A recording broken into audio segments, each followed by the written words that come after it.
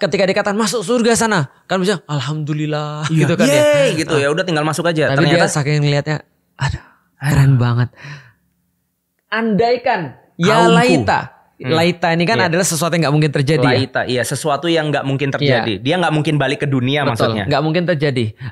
Ya laita qaumi ya'lamun. Andaikan benar-benar andai banget yang ninja aku nih ngelihat ini. Tahu ini. Pasti mereka mau beriman.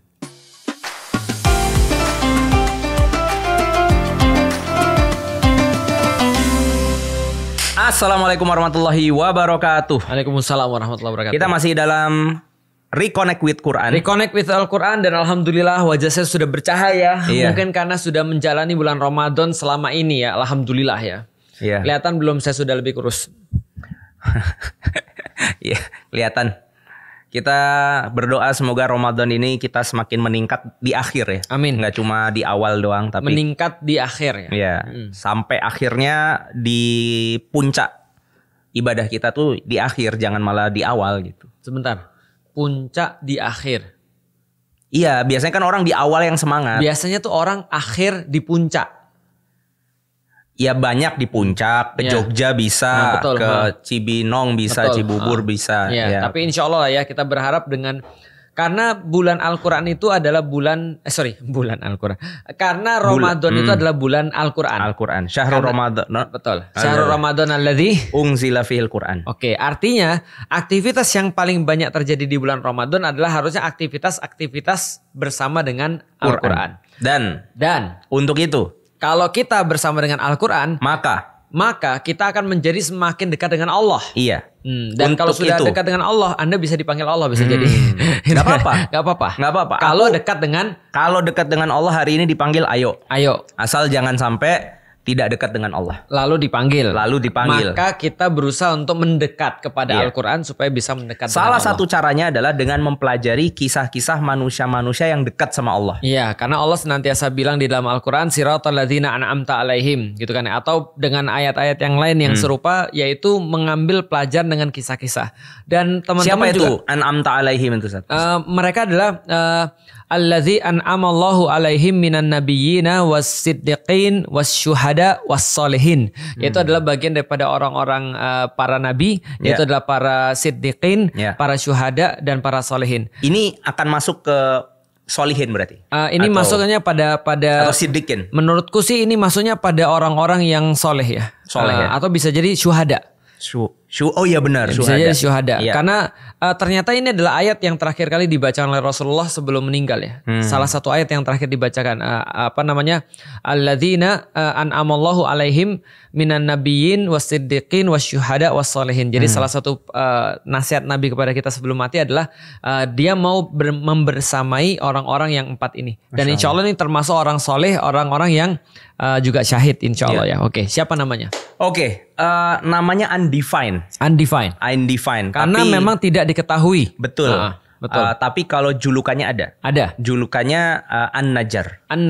Jadi Tukang kayu. Jadi dia disebut dengan nama Habib An-Najjar. Habib berarti orang yang dicintai. Ya, Al-Mahbub orang yang dicintai. Habib An-Najjar. An-Najjar itu si tukang kayu atau sang tukang kayu. Ya. Nah, mari kita.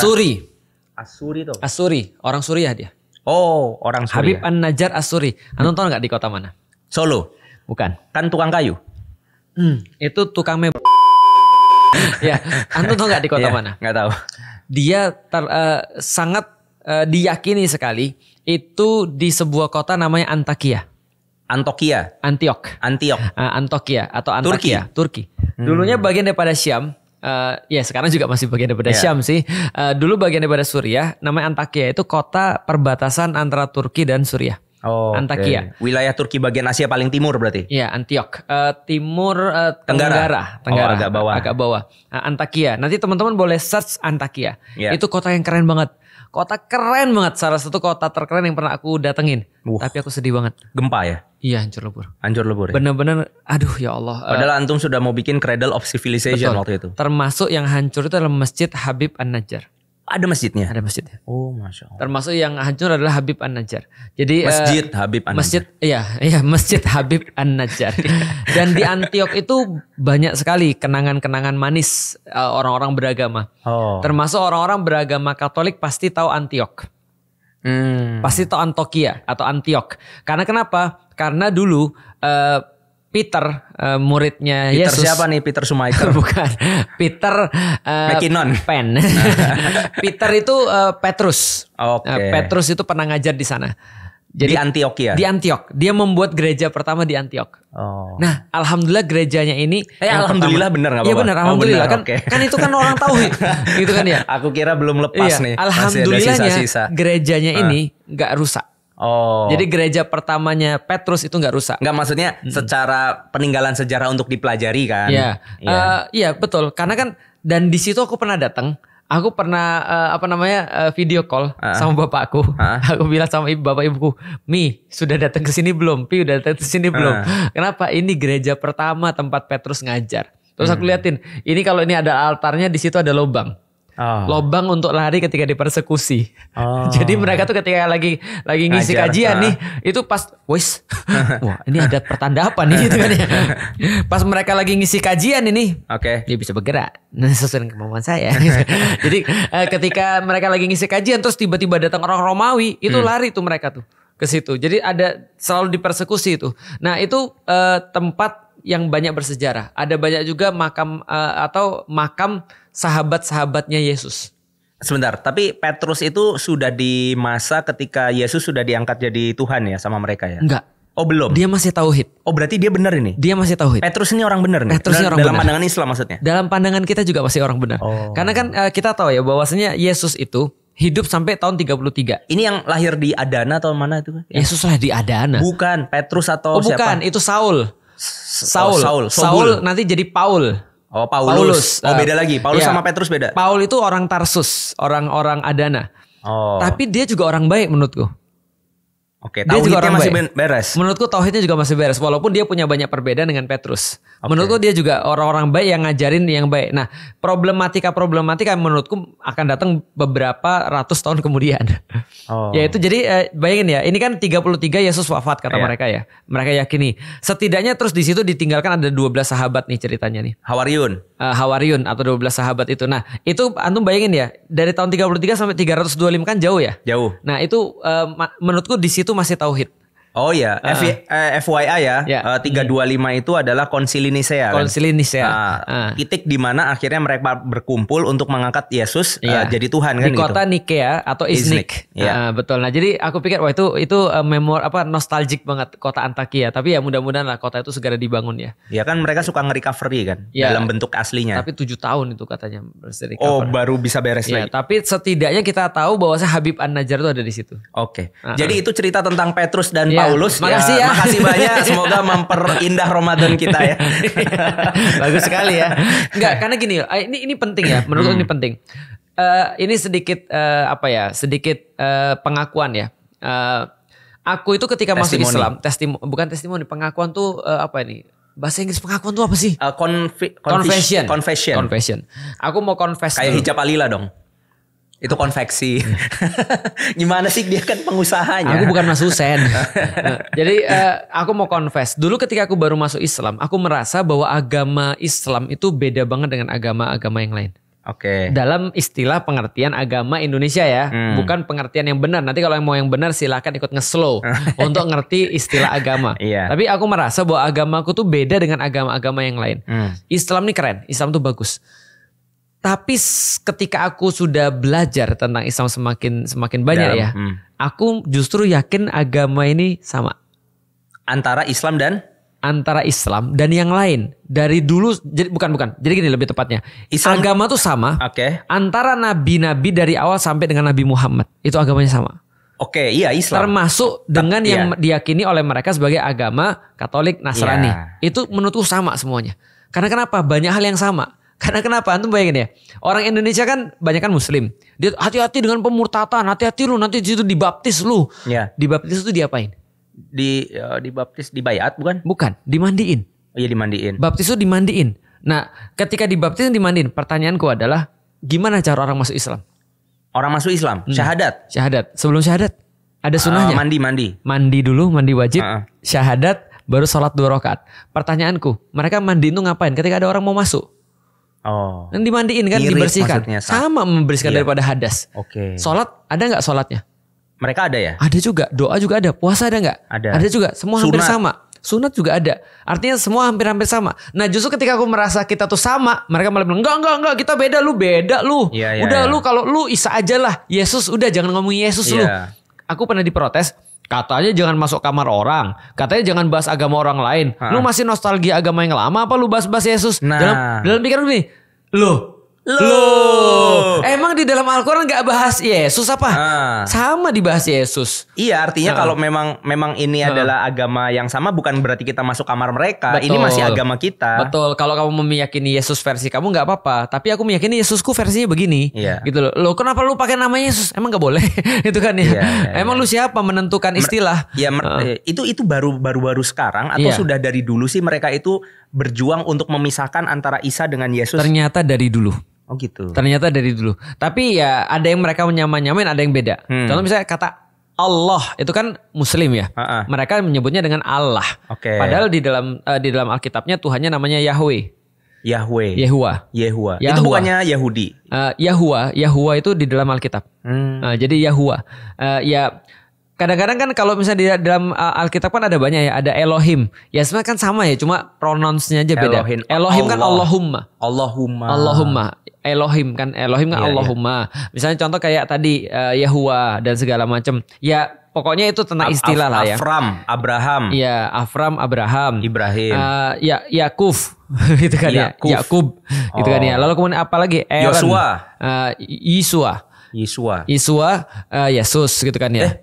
Yesua. Ada Yesua. Yesus itu bacaan juga Isa. Bukannya Joshua itu Yusa bin Nuh itu? Yosua itu Yosua Yusha bin Nun, bukan Isya. Yusha bin Nun. Ya, itu adalah Yosua. Itu ada ingat loh, di kita juga ada Isa, ada siapa lagi yang mirip-mirip, ada Nabi Ish bin Yakub. Ada lagi kalau di sana tuh ada, aduh kok aku jadi lupa ya. Yesaya, Yosua, Yesus itu beda-beda. By the way, Yesus itu juga bukan pronunciation daripada Ibrani loh. Oh, terus dari mana muncul? Yesus itu pronunciation Yunani. Yunani itu kalau antum pergi ke Turki kemarin ke Konstantinopel, itu semua orang Yunani itu tidak bisa kecuali memakai konsonan di belakang. Jadi harus dimatiin. Mereka harus matiin, nggak boleh dihidupin, nggak boleh ada vokal. Berarti bahasa awalnya adalah Isa, Isa, jadi Yesus. Oh. Tulisannya Yesus. Iya, Yesus tulisannya. Oh. Kristos itu ya Chi sama Ro, terus jadi Kristos. Tadinya apa pertamanya? Ya nggak pakai S. Oh. Nah berarti kemudian ketika di dalam bahasanya adalah Al-Masih. Cuma nggak ada Al-Masih di sana, jadi Kristos. Oh. Jadi Yesus atau Isa Al-Masih jadinya Yesus Kristus, itu nggak ada masalah. Tapi by the way intinya adalah aku merasa kok sama banget ya. Iya. Termasuk kisah-kisahnya mereka juga relate dengan kita. Yeah. Dan by the way Habib An-Najjar As-Suri ini adalah orang Suriah dan berkeyakinan. Iya. Dari mana nih kita ngelihatnya tauhid? Tauhid. Tapi dia adalah umatnya Nabi siapa? Dia kan ada 3 nabi yang nanti yang diutus. Betul. Tapi di-mention emang namanya. Aku membaca kalau seandainya Ashabul Kahfi yang kita bahas kemarin adalah dari Musa sampai dengan Isa. Maka Habib An-Najjar ini adalah pasca Isa. Setelah Nabi Isa. Makanya yang berkeyakinan setelah Nabi Isa sampai Nabi Muhammad bukannya nggak ada nabi. Nah, makanya di dalam Al-Qur'an yang dikisahkan bahwasanya kami mengutus di 3 rasul kepada mereka. Yang dimaksud rasulnya adalah para rasul. Para rasul ini adalah para sahabat Isa, Hawariyun. Oh gitu. Dan di Antakia itu ada 3 sahabat Yesus atau Hawariyun yang mereka bilang adalah para rasul. Jadi sampai sekarang orang Katolik menyebut nih Yesus itu dibersamai oleh para rasul, 12 rasulnya. Intinya orang yang membawa risalah. Tapi maksudnya bukan nabi sebagaimana. Nah, kalau istilah kita, rasul itu adalah orang yang membawa risalah daripada Allah. Ada nabi, ada rasul. Tidak semua nabi rasul. Tidak semua nabi rasul, oke. Tapi setiap rasul pasti nabi. Nah, tapi kalau penyebutan 3 orang ini rasul apa nabi? Bagi mereka hawariyun. Bagi kita? Bagi kita ada pembahasan tafsir hawariyun. Oh, gitu. Oke, kita masuk ke ceritanya teman-teman. Tadi baru pengantar ya. Pengantarnya panjang kan? Luar biasa. Kok ini lagi? Nggak ada gambar lain. Udah, Allah. Anggap aja pokoknya ini Roma. Iya. Gitu kan. Susah nyari gambar-gambar itu. Udah bagus ini. Ya, jadi ini setupnya ceritanya ya di Romawi. Baiklah. Intinya begitu. Jadi ini bukan asal Bul Kahfi ya ceritanya. Pasca Nabi Isa. Oke, pasca Nabi Isa. Nah, complete story-nya bisa dilihat di surat Yasin ya? Yasin. Nah, luar biasa. Bahasa gundul lagi ya ini ya, luar biasa. Nggak ada artinya lagi. Artinya di sini nih. Mana artinya? Ini dicontekan gue di sini. Banget antum. Waja'a min aqsal madinati rajulu yas'a. Antum nggak cerita sebelumnya? Iya, background story dulu. Jadi pada masa itu banyak sekali utusan-utusan. Tapi ini kalau berbicara nabi berarti sebelum Nabi Isa ya. Itu kan yang bahkan sampai dikatakan orang Roma itu sampai bisa bunuhin berapa ratus nabi itu sehari. Benar. Gitu kan ya? Kenapa sih mereka begitu? Sebenarnya mereka itu sudah terpengaruh sama Yahudi. Ingat loh, ini masa-masa, lihat ya. Ini masa-masa kalau ini adalah pascanya daripada Nabi Isa. Berarti setelah Nabi Isa, berarti ini masih bisa melibatkan Yahudi. Karena Yahudi kan baru diusir dari Baitul Maqdis, itu kan 135. Masehi. Nah, itu kan baru diusir 135 dan nggak boleh balik lagi ke sana. Nah, tapi berarti mereka masih ada di daerah situ. Oh, berarti sebelum 135 mereka masih bercokol dan menguasai pemikiran orang-orang di istana bahkan segala rupa ya. Dan kita harus ingat siapa yang memprovokasi Romawi untuk menyalib Yesus. Yahudi. Oh. Itu adalah yang memprovokasi Yahudi. Yang lebih tepatnya adalah bos-bos Yahudi namanya Sanhedrin. Mereka punya majelis ulama Yahudi. Wow. Namanya Sanhedrin. Mui itu kan ya. Ya itu kalau bahasa kita ya, tapi nggak gitu juga sih. Nah, jadi itu adalah Sanhedrin namanya. Nah, itu yang memprovokasi dan mereka bisa punya suara yang didengar sama orang-orang Romawi. Tapi ketika mereka sendiri bikin masalah dan di-ban sama orang-orang Romawi. Berarti emang dari dulu sampai sekarang itu memang orang-orang di belakang layar mereka itu ya. Oh iya, dan masalahnya adalah mereka tuh kayak PKI.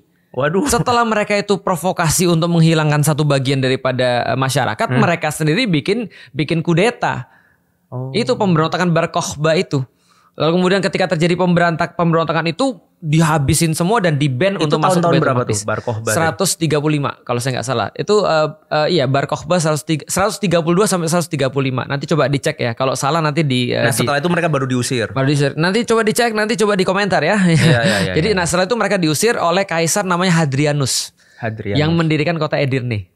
Oh, nah, itu Adrianopel itu Hadrianus. Awalnya Hadrianopel. Hadrianopel itu didirikan oleh dia 135. Hadrianus mendirikan sebuah perjanjian bahwasanya tidak boleh orang Yahudi masuk lagi ke daerah itu. Maka daerah itu yang awalnya namanya Yudea diganti menjadi namanya Aelia Capitolina. Masih ingat Capitolina?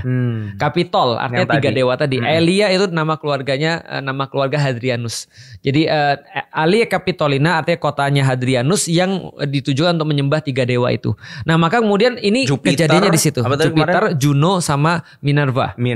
Nah, itu adalah ditujukan untuk itu. Nah, maka ini kejadiannya ya di situ. Mereka sudah nggak suka sama orang-orang Yahudi dan mereka kemudian dalam tanda kutip membunuhi orang-orang yang bikin rusuh.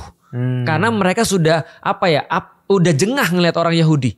Sebenarnya bukan mereka masalahnya sama orang Nasrani, enggak, tapi sama orang Yahudi. Karena Nasrani akhirnya dibuat oleh mereka kan sebagai sebuah agama negara. Pada tahun 325 gitu ya kira-kira. Intinya mereka yang sudah banyak membunuh nabi itu di masa pasca Nabi Isa berarti.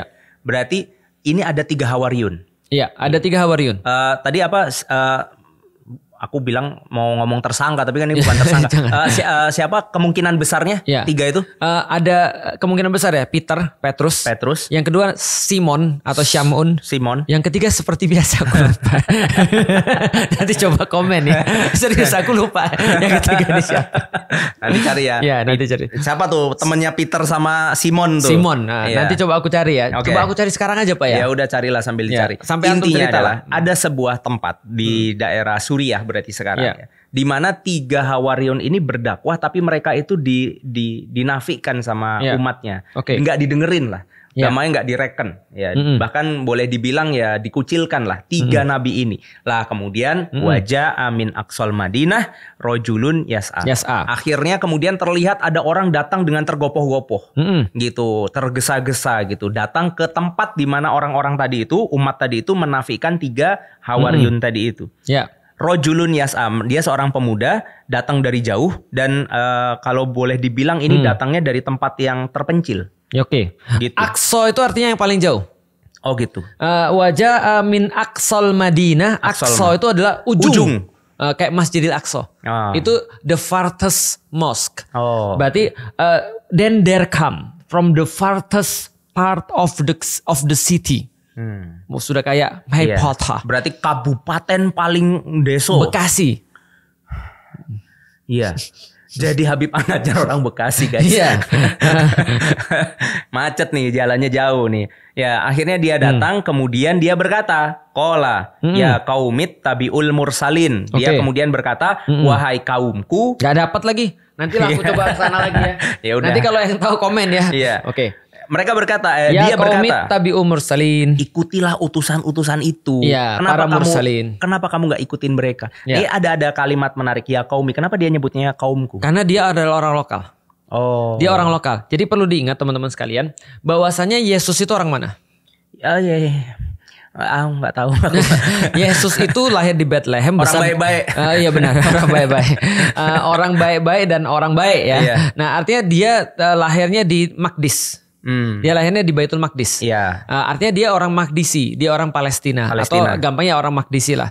Nah orang Bethlehem besar di Nazaret, karena itu dia dibilang adalah Yesus orang Nazaret. Nazaret jadi Nasrani nggak? Betul, ada yang berkata bahwa dari Nazaret itulah kemudian dikatakan Nasoro. Nah bahwasanya orang-orang ini, Yesus ini punya banyak murid. Murid-muridnya sudah pasti ya orang-orang di sekitar situ, tempat dia berdakwah. Nah ini tempat ini adalah di tempat yang lumayan jauh daripada asal mereka. Mereka berdakwah di sana. Jadi nah bisa dikatakan bahwasanya ini orang lokal. Jadi native people, inlander. Gitu kan? Ini apa namanya? Akamsi, anak kampung sini. Nah, jadi ini adalah orang lokal, sedangkan mursalin ini atau orang-orang yang mendakwai mereka ini bisa dikatakan bukan orang di situ. Anda bisa bayangin ya, dulu Madinah itu lebih kecil daripada Masjid Nabawi yang sekarang. Lebih kecil dari pagar tembok pinggirnya. Betul. Itu. Berarti kalau misalnya di luar itu, berarti dikatakan bukan Madinah. Itu sudah di luar Madinah. Anda kebayang nggak tuh kalau misalnya kita sudah lewat, kita dari tengah tuh rumah Rasul misalnya ya, lalu kemudian jalan ke pagar, itu sudah keluar kota. Jadi orang-orang zaman dulu bisa jamak kosor. Bisa jamak kosor. Nggak gitu juga ya pembahasannya. Jadi ini adalah di luar kampung udah dianggap beda. Nah apalagi ini min aqsal Madinah, dari kota yang paling ujung datang karena Rasul-Rasul ini datang pada mereka menyebarkan tauhid yang dibawa oleh Nabi Isa. Nah jadi itu orang lokal. Dan orang ini tidak diketahui. Makanya disebut dengan tadi istilahnya Habib An-Najjar. Rojulun. Dia adalah pemuda yang dicintai. Maksudnya orang-orang tuh suka dengan kalimat-kalimatnya. Dia itu apa ya, relate gitu ya. Mungkin bahasa zaman sekarang ya. Dengan bahasa-bahasa orang karena dia orang lokal tadi. Dan profesinya yaitu tadi tukang kayu. Kan rojul ini jantan. Gitu. Datanglah orang jantan. Tergopo-gopo. Nah nanti kita akan melihat bahwa ternyata justru dari kalimat-kalimat sederhananya Habib An-Najjar ini. Itu malah kaum itu jadi beriman. Betul. Nah kita lihat model retorikanya atau cara dia bercerita. Ittabi'u malayas alukum ajro. Wahai kaumku, ayo kita ikutin orang-orang ini. Kenapa? Ittabi'u. Gratis. Ittiba. Jadi kenapa? Karena gratis. Gitu kan. Subscribe. Gratis. Kamu subscribe lah ke Hawariun itu. Karena subscribe itu gratis. Itu mungkin bahasa-bahasa mudah ya. Ittabi'u. Ayo ikut yuk gitu kan ya. Ayo. Karena ittiba di sini kan bermakna bukan hanya mengikuti ya. Tapi meneladani. Gitu kan ya. Gitu. Jadi kalau terjemah aslinya. Maksudnya terjemah Indonesianya, ikutilah orang yang tiada minta balasan kepadamu. Maksudnya Habib ini kayak ngomong, kenapa kita harus ngikutin dia? Emang dia untung apa? Betul. Kita itu nggak nguntungin dia loh dengan motifnya nggak ada. Ini juga bisa menjadi standar kita untuk milih orang-orang baik di sekeliling atau di negara ini ya. Ya artinya kalau mau cari orang baik, cari orang yang nggak punya kepentingan. Gitu. Nah, which is Enggak, ini balik lagi aja udah. Jadi maksudnya ini orang-orang Hawariun ini dia tuh nggak punya kepentingan kecuali untuk menjelaskan kebenaran. Betul. Kamu harus ikutin dia. Dia nggak minta duit kok karena dia udah kaya. Iya. Berarti motifnya bukan duit. Dia udah nikah kok, dia nggak perlu istri lain. Iya. Oke. Lalu apa yang dia mau? Keselamatanmu. Iya, gitu. Misalkan contoh nyari pemimpin gitu. Cari pemimpin yang nggak butuh uang.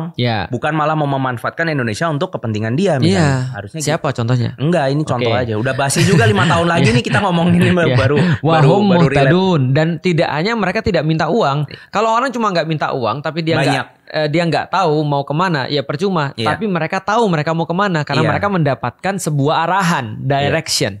Oke. Jadi ini logika sederhana kata si Habib An-Najjar kepada umatnya, kenapa kita harus ngikutin orang ini? Karena orang ini tidak mengambil keuntungan, tapi dia juga punya petunjuk untuk nunjukin kita jalan yang lurus. Betul, karena gini ya ceritanya ya, bahwasanya kalau kita tahu kondisi-kondisi seperti ini, kita bisa ngerti bahwasanya murid-murid Yesus itu adalah kebanyakan orang-orang Yahudi. Makanya Paulus itu dikatakan adalah bukan orang-orang yang Paulus ini adalah orang yang diutus bukan untuk orang Yahudi. Paulus orang yang diutus bukan untuk orang Yahudi. Karena jamaahnya itu bukan orang Yahudi, non-Jews. Oh. Gitu, goyim kalau kata orang Yahudi. Goyim. Iya, nah maka magel. Magal. Nah, bisa jadi orang-orang yang ada di Antakia, Adana sama Antakia kan dekat. Ini orang-orang bukan Yahudi. Sedangkan murid-murid Yesus ini Hawariun ini adalah orang Yahudi, nggak nyambung. Oh. Sedangkan Habib An-Najjar ini adalah orang lokal.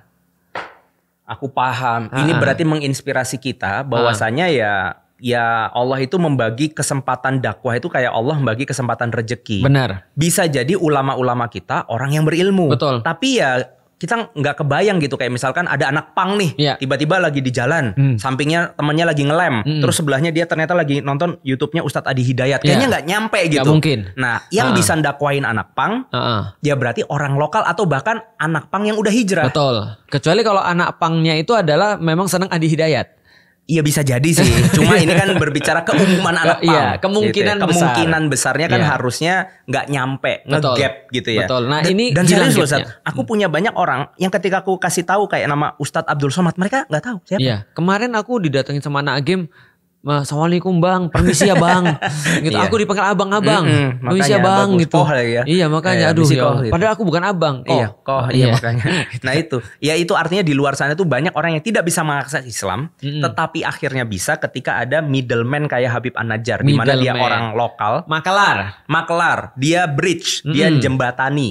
Gitu. Dan itu bagian daripada kesempatan kita nih yang bukan ulama untuk bisa beraktivitas dakwah. Tidak serta-merta ada seorang ustadz dia bisa diterima. Iya. Tapi kalau seandainya teman-teman sekalian itu bisa menggunakan bahasa setempat yang bisa diterima, maka ustadz-ustadz ini akan merasa sangat terbantu. Iya. Gitu. Karena banyak banget orang yang bilang, Ustadz saya harus dakwah tapi saya nggak tahu caranya gimana. Ya kamu lihat dirimu dulu, kamu tuh siapa? Benar. Oh ternyata kamu itu misalkan hobinya main golf, ya yang bisa dakwain anak-anak golf berarti kamu. Betul. Gitu. Dan kadang-kadang dari cerita Habib An-Najjar ini kita tahu bahwasanya bisa jadi seseorang yang bukan ulama itu lebih efektif. Lebih efektif, betul. Contoh ya, kayak misalnya contoh kayak ini pengusaha.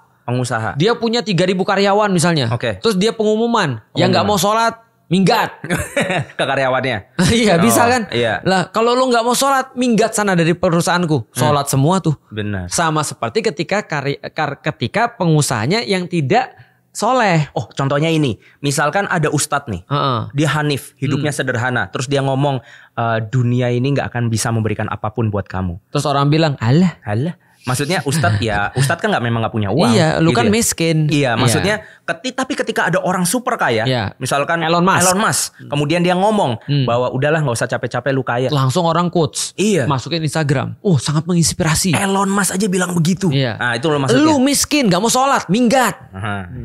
Ya kayak gitu ya.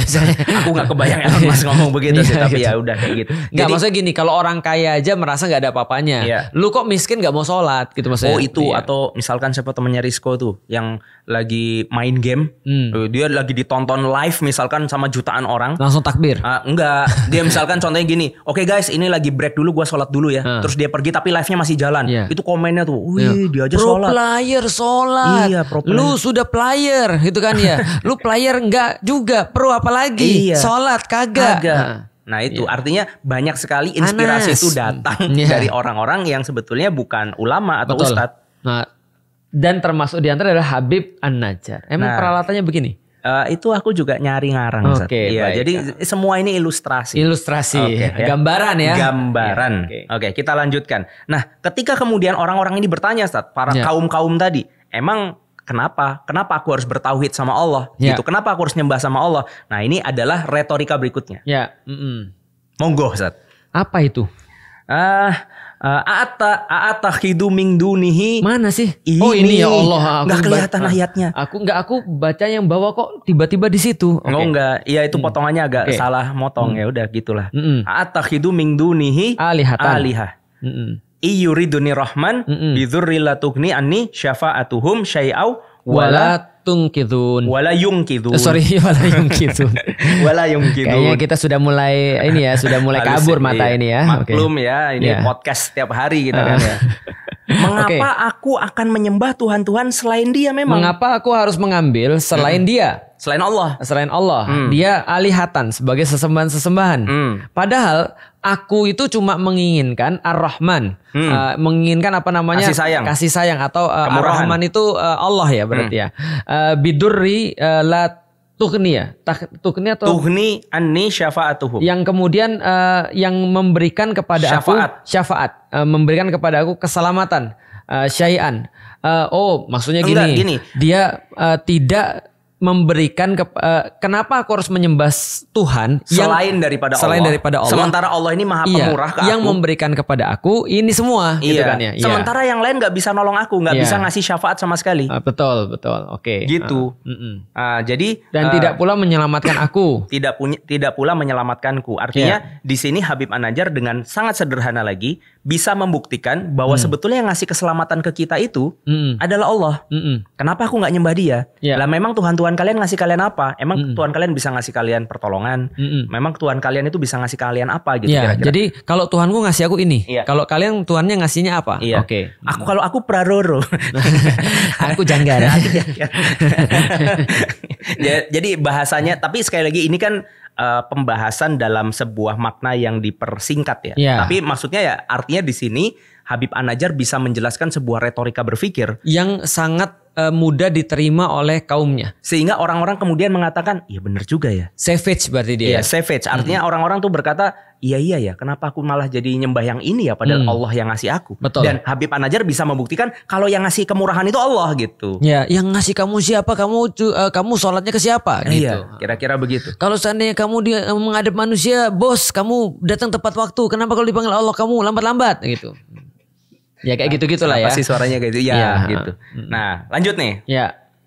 Kata Habib An-Najjar lagi, ini idza lafi dhalalim mubin. Ya. Aku yakin. Sungguh kalau aku berlaku demikian, kalau aku kemudian menyekutukan Allah, aku pasti dalam kesesatan yang nyata. Betul. Gitu. Aku yakin kalau aku gitu, aku pasti adalah seseorang yang sangat tersesat. Jadi di sini Habib An-Najjar ngasih fear. Satu hal yang secara efektif akan menggerakkan manusia tuh. Ya. Karena yang menggerakkan manusia cuma dua, fear and hope. Tapi fear lebih banyak menggerakkan manusia dibanding hope. Gampangnya kalau kita lagi ada di perahu, misalkan lagi ada di perahu nih, ketika kemudian kita punya emas, ternyata emas kita nyemplung ke dalam laut. Terus aku bilang, Ustadz, ambil Ustadz, nanti kita bagi dua. Daripada gue mati. Iya. Orang nggak akan mau. Walaupun emas itu sebuah hope. Tapi kalau urusannya sama fear, di mana laut itu ada hiu, ada segala rupa, belum tentu juga napas nyampe segala rupa, ya udah mendingan nggak. Ya, saya punya pertanyaan. Kalau bisa jawab, saya kasih 1 juta. Oh iya, saya Ustadz. Tapi kalau salah, bayar saya 10 juta. Nggak mau. Iya. Artinya fear itu lebih mendorong orang untuk melakukan sesuatu. Nah, ini juga bagian dari cara Habib An-Najjar jelasin. Gitu. Dia memberitahu resikonya. Nah, ternyata kalimat-kalimat yang semacam ini membuat umat pada saat itu diterima. Jadi mereka menerima tauhid dan lain-lain. Ya, tentunya ketika kemudian ada umat yang kemudian bertauhid, tidak lain tidak bukan setelah itu pasti ada orang-orang yang tidak beriman. Betul. Yang akhirnya tidak menyukai hal itu, khususnya orang-orang jahat. Tapi masalahnya adalah dia ini juga nggak ngarang-ngarang, Habib An-Najjar. Dia cuma meneruskan kata-kata yang disampaikan oleh para mursalin. Tapi dengan cara yang lebih efektif bagi kaumnya. Locality. Gitu. Mempertimbangkan kearifan lokal. Iya. Makanya aku kadang ngerasa ya, tapi ngerasa namanya GR ya. GR ku tuh kayak ngerasa mungkin ya aku bikin ngefast ngeslow itu bagian daripada cara untuk menyederhanakan. Terus aku ngerasa kayak wah berarti aku kayak Habib An-Najjar. Nah, cuma habis ini dia mati. Mau tuh. Iya makanya itu. Nah, habis ini apa yang terjadi sama dia? Nah, akhirnya dia ditangkap sama pemerintahan pada saat itu. Udah ada darahnya. Iya, bagus kan. Luar biasa. Iya, berdarah-darah dia. Gitu. Akhirnya dia ditangkap, diapain sih dia saat meninggal? Kata Ibnu Katsir dia jadi gini. Pertama ketika para rasul datang, kalau misalnya kita baca ayat-ayat sebelumnya, itu para rasul tuh sudah diancam rajam tuh. Jadi sudah diancam rajam, sudah diancam didera di fisik. Nah, Habib An-Najjar sudah tahu itu. Lihat ya, dia udah tahu itu bahwa ini orang-orang bergerak lagi nih. Jadi dia tahu orang-orang ini sudah ngancem, udah sampai tahapan benar-benar fisik. Tapi dia malah ngasih tahu sesuatu yang savage, yang membuat orang tuh sadar. Jadi gampangnya kalimat terakhir sebelum dia meninggal. Itu sampai katanya ususnya berurai apa itu segala tadi. Jadi Ibnu Katsir mengatakan bahwasanya orang-orang yang tadinya ngancem para rasul, jadi ngancem dia. Lalu mengatakan, orang lokal, gitu kan ya. Lu memang orang lokal, tapi lu jangan macem-macem. Di sini bosnya gue. Akhirnya kalau kamu nggak berhenti, kami akan lakukan sesuatu terhadap kamu. Dia tetap ngomong, tetap ngomong dan meyakinkan banyak orang. Akhirnya dia diseret di jalan, diinjek-injek perutnya sampai ususnya keluar lewat anusnya. Allahu Akbar. Itu yang terjadi, diinjek-injek perutnya. Itu yang jadi ditawar masa. Jadi Habib An-Najjar ditawar masa meninggal. Dihakimi masa. Tapi bukan masa yang beriman ya. Ini orang-orang suruhan mungkin algojo gitu. Semua orang-orang yang justru merasa ya status quo lah ya, yang akan terpengaruh kekuasaannya ketika tauhid ini masuk. Iya. Gitu. Orang-orang yang syahwat kekuasaannya terganggu karena dakwahnya Habib An-Najjar ini kemudian mukulin dia. Tapi ketika Habib An-Najjar sebelum daripada meninggalnya beliau, dia kemudian berkata ini. Ini amantu birabbikum fasmaun. Jadi ini kata-kata ini sekaligus ketika Ibnu Katsir juga menulis tafsirnya mengatakan bahwasanya ini adalah sebuah dalam tanda kutip tamanannya seorang rasul yang taman itu menginginkannya seorang rasul-rasul yang 3 itu kepada keadaan Habib An-Najjar. Karena ketika dia meninggal dia justru mengatakan pada para rasul itu. Oh, yang 3 tadi itu. Ini amantu birabbikum. Aku beriman pada Tuhan kalian. Jadi dakwahmu tuh udah nyampe ke aku. Jadi aku ridho sudah. Jadi ini udah di last minute ya. Dia katakan saksikan ya, aku beriman kepada Tuhan. Tuhan kamu, Tuhanmu, Tuhan kalian yang kalian sampai ini. Yang 3 orang tadi. Yang 3 orang ini tadi. Nah, artinya yang 3 orang ini ketika 3 rasul ini ketika melihat Habib An-Najjar diinjak-injak, mereka berkata, kok dia yang diinjak bukan aku? Dia yang dapat itu dilihatnya seperti kemuliaan. Iya, kok dia yang syahid bukan aku. Padahal mereka yang pengen. Nah, jadi itu yang kemudian termasuk itu fasmaun, maka kalian yang jadi saksinya. Kalian yang mendengarkan dan kalian yang jadi saksinya sampai pada Tuhan kalian. Dakwah kalian sudah jadi. Gitu. Jadi ini bagian daripada orang-orang yang diberi nikmat ya, masuk syuhada tadi. Betul, berarti syuhada. Nah, di sini ternyata ceritanya nggak selesai. Karena Allah menjelaskan akhir daripada kehidupan Habib An-Najjar kelak di akhirat. Nah, jadi ya karena Allah Maha mengetahui segala sesuatu, Allah ceritakan kisahnya Habib An-Najjar di akhirat kelak. Nah, ini lanjutan ceritanya. Luar biasa. Sudah sampai surga nih ya. Iya, ilustrasi ya. Ilustrasi. Ingat ya. Surganya kok ada pohon bidara ya? Itu bidara? Itu kayaknya bidara tuh. Oh, iya. Di sana anginnya sepoi-sepoi kayaknya. Iya. Awannya warnanya gitu. Jelas enggak ya? Oh gitu ya. Ini adalah ilustrasi. Maghrib ya. Iya. Nah, ini kalimatnya. Kalimat berikutnya. Jadi kilat khulil jannah, dikatakanlah kepada orang tadi Habib An-Najjar, masuklah ke dalam surga. Qala ya laita qaumi ya'lamun. Yang ajaib adalah justru Habib An-Najjar ini kata-kata pertama ketika dikatakan ketika dikatakan masuk surga sana, kan bisa alhamdulillah gitu kan ya. Gitu ya, udah tinggal masuk aja. Tapi ternyata dia saking ngelihatnya, aduh keren banget. Andaikan ya laita. Laita ini kan adalah sesuatu yang nggak mungkin terjadi. Laita, iya, sesuatu yang nggak mungkin terjadi. Dia nggak mungkin balik ke dunia. Betul, maksudnya. Nggak mungkin terjadi. Ya laita qaumi ya'lamun. Andaikan benar-benar andai banget yang ninja aku nih ngelihat ini. Tahu ini. Pasti mereka mau beriman. Jadi yang kepikiran tuh justru adalah umatnya. Yang kepikiran adalah orang yang injak-injaknya. Andai kan mereka tahu. Jadi ternyata ulama-ulama mengatakan apa? Ternyata giroh untuk dakwah. Atau keinginan untuk berdakwah itu tidak putus di dunia. Keinginan untuk berdakwah itu akan sampai akhirat. Akan sampai justru ketika kita ngelihat surga, andaikan orang-orang ini tahu. Jadi dia di surganya masih mau dakwah. Iya. Kalau boleh milih, dia mau balik lagi terus ngasih tahu. Coba aku bisa balik ke dunia. Iya. Aku akan kasih tahu orang-orang yang belum kayak tahu. Kayak gini loh surga itu. Betul. Itu dia jadi justru menginginkan kebaikan. Nanti ini menginginkan kebaikan buat orang-orang yang injek dia. Dan ini Ustaz, maksudnya kita kan bisa ngelihat sesuatu itu awalnya seperti apa dari akhirnya, atau akhirnya seperti apa dari awalnya. Betul. Kan bisa. Nah dari sini kalau kita ngelihat bahwa pola pikirnya Habib An-Najjar bahkan sampai berpikir tentang kaumnya, ketika surga di depan mata dia, itu tandanya kan betapa besarnya cinta dia terhadap kaumnya, umatnya saat dia berdakwah. Jadi dia berdakwah karena cinta, bukan karena benci. Bukan karena pengen ngoreksi, bukan karena ingin membuktikan dia benar. Apalagi bukan karena uang, apalagi bukan karena dia itu merasa bahwasanya dia lebih tinggi daripada orang lain. Jadi alasan kenapa dia tergopoh-gopoh tadi, ya wajah tadi itu aqsal madinati rajulu yas'a tadi. Jadi ketika dikatakan dia tergopoh-gopoh, ternyata kita jadi tahu sekarang bahwa terburu-burunya dia itu adalah didorong rasa cinta. Orang ini harus tahu banget tentang Islam. Ini keren banget, ini keren banget. Ayo kita bikin, ayo kita bikin acara, ayo kita bikin ini supaya orang-orang tahu tentang Islam. Girohnya tuh sampai segitunya, Masya Allah. Lanjut. Bima ghafaroli Rabbi wa ja'alani minal mukramin. Tahu apa? Mereka tahu apa? Ya alamun. Apa yang harus mereka ketahui? Andaikan apa yang harus mereka ketahui? Jadi kalau aku bisa, jadi udahlah ini kita bakar. jadi ketika mereka itu, kalau aku bisa balik ke dunia, aku kan kasih tahu apa? Bima ghafaro li Rabbi. Kenapa aku bisa dapat ampunan Allah? Karena ketika di hari kiamat yang paling diperlukan orang adalah ampunan Allah.